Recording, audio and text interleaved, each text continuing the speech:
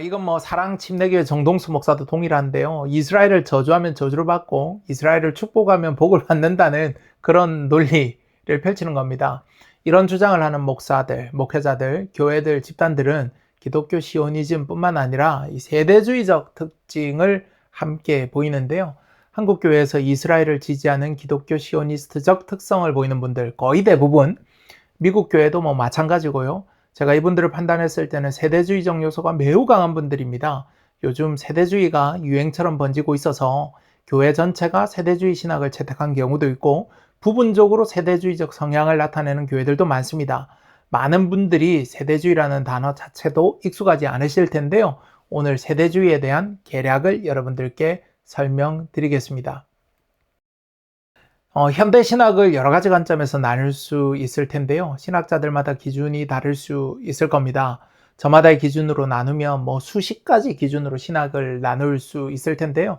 저는 성경 해석에 대한 것을 기준으로 개인적으로 자유주의 신학, 언약 신학, 세대주의 신학으로 나눌 수 있다. 이 세 가지로 크게 오늘 나눌 수 있다라는 말씀을 여러분들께 드리겠습니다. 뭐 절대적인 기준은 아닙니다. 성경에 대한 인식을 기준으로 나눈 거고요. 성경에 대한 인식을 기준으로 봤을 때 자유주의 신학은 인간의 이성, 경험 등을 중시하기 때문에 성경은 인간의 종교적 기록이고 성경에 기록된 기적과 이적 등 신화적 요소로 보이는 것은 상징일 뿐이라는 인식을 가지는 신학이 바로 자유주의 신학입니다. 언약 신학과 세대주의 신학은 모두 성경을 무오한 하나님의 말씀으로 인식을 합니다. 자유주의 신학은 성경을 무한 하나님으로 인정하지 않으니까 저는 자유주의 신학 반대합니다. 성경은 하나님의 무한 말씀입니다. 그러니까 이번 논의에서는 뭐 더 이상 자유주의 신학에 대해서는 말을 할 필요가 없을 것 같고요. 이 언약 신학도 세대주의 신학도 모두 성경을 무한 하나님의 말씀으로 믿고 이 바탕에서 성경의 권위, 예수 그리스도의 신성, 대속적 죽음과 부활, 재림을 믿기 때문에 두 신학을 묶어서 크게 복음주의라고 부릅니다. 언약신학, 세대주의 이걸 다 묶어서 복음주의라고 부릅니다.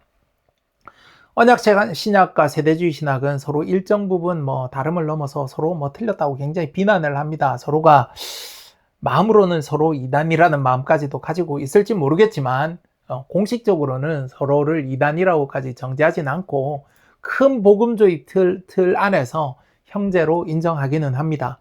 하지만 서로 합의되지 않은 큰 차이가 있는데요.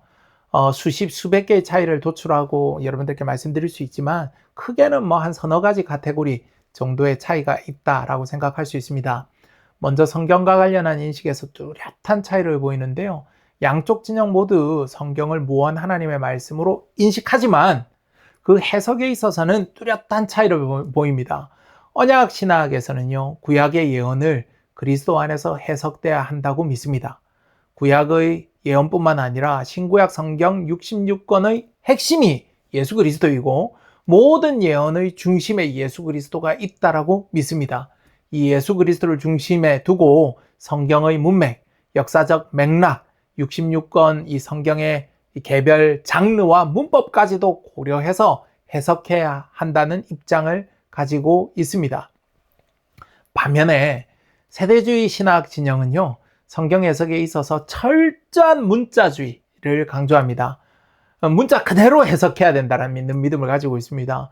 성경에 이스라엘에게 땅을 준다고 되어 있으면 땅을 주는 것이지 이스라엘을 교회나 성도로 바꿔서 해석해서도 안 되고 땅을 천국이나 다른 상징으로 바꿔 해석해서도 안 된다는 입장인 겁니다. 성경을 무한 하나님의 말씀으로 믿고 말씀 1.1핵도 모두 하나님의 말씀 그대로 성취될 것이라고 믿는 믿음 자체는요, 이 세대주의 신앙도 굉장히 높게 살만합니다. 문제는 이 문자주의적 태도를 모든 성경 해석에 적용해야 하는 것인가, 할 만한 것인가 하는 부분에 대해서는요, 우리가 상당히 고민해봐야 할 요소가 있습니다. 그러면 조스픽은 성경을 있는 그대로 문자 그대로 안 믿어. 저는 성경을 있는 그대로 무한 하나의 말씀으로 믿는다니까요. 문자적으로도 믿습니다. 그런데 문제는 뭐냐면 이 극단적인 문자주의자들은요, KJV 성경 여러분들 이사야 11장 12절 한번 찾아보세요. 이사야 11장 12절에 KJV 영어 성경에 뭐라고 되어 있냐면 four corners of the earth 라고 이제 되어 있는데요. 이걸 우리말로 땅의 네 기퉁이 정도로 번역할 수 있습니다. 땅의 네 기퉁이라고 번역될 수 있죠. 이 문자주의자들은요, 이 문자를 근거로 지구가 둥근 것이 아니라 둥글면 여러분들 four corners of the earth가 있을 수가 없죠. 이 땅에 네 기퉁이가 있을 수가 없지 않습니까? 지구가 둥글면. 그러니까 이 문구를 근거로 지구가 평평하다라는 주장을 합니다. 이사야 11장 12절 뿐만 아니라 창세기 7장 11절의 하늘의 창문들이나 여호수아 10장 13절의 해가 멈춘 사건 등을 근거로 지구가 평평하다는 이 주장뿐만 아니라 지구가 우주의 중심, 그러니까 지구가 태양을 도는 것이 아니라 태양이 지구를 돈다는 천동설을 주장하시는 분들도 있습니다. 실제 그렇습니다. 이런 분들이 많아요. 사랑침례교회 내에서도 그런 주장을 믿으신 분들이 많고 설교 시간에 대놓고 그런 얘기도 하니까요. 성경에 그렇게 기록되어 있으니까 그렇다라는 태도를 가지는 겁니다. 이 언약주의 입장에서는요, 세대주의 성경 해석은 지나친 문자주의로 비난을 좀 받을 수 있습니다. 그리고 반대로 세대주의에서는요, 언약주의를 지나친 영해, 그러니까 즉 상징이나 영적인 해석을 지나치게 한다라고도 비난을 합니다. 이까지 서로 비난을 하는 거죠. 이러한 성경 해석의 차이에 대해서는요, 다음에 제가 조금 더 구체적으로 좀 살펴보도록 하고요. 성경 해석만 차이를 보일 뿐만 아니라 역사 인식에 대해서도 극명하게 이 차이가 있습니다. 언약 신학은 성경 역사의 흐름을 창조, 타락, 구속의 이 크게 세 흐름으로, 창조, 타락, 구속의 흐름으로 이해하는 반면에 세대주의 신학은 인류의 역사를 7개의 시대, 7개 세대라고도 얘기를 하는데요. 무제시대, 양심, 인간 통치, 약속, 율법, 은혜, 왕국시대 등으로 이렇게 7가지로 이 시대, 세대를 구분을 합니다. 역사 인식에 대해서도 굉장히 큰 차이가 있어요.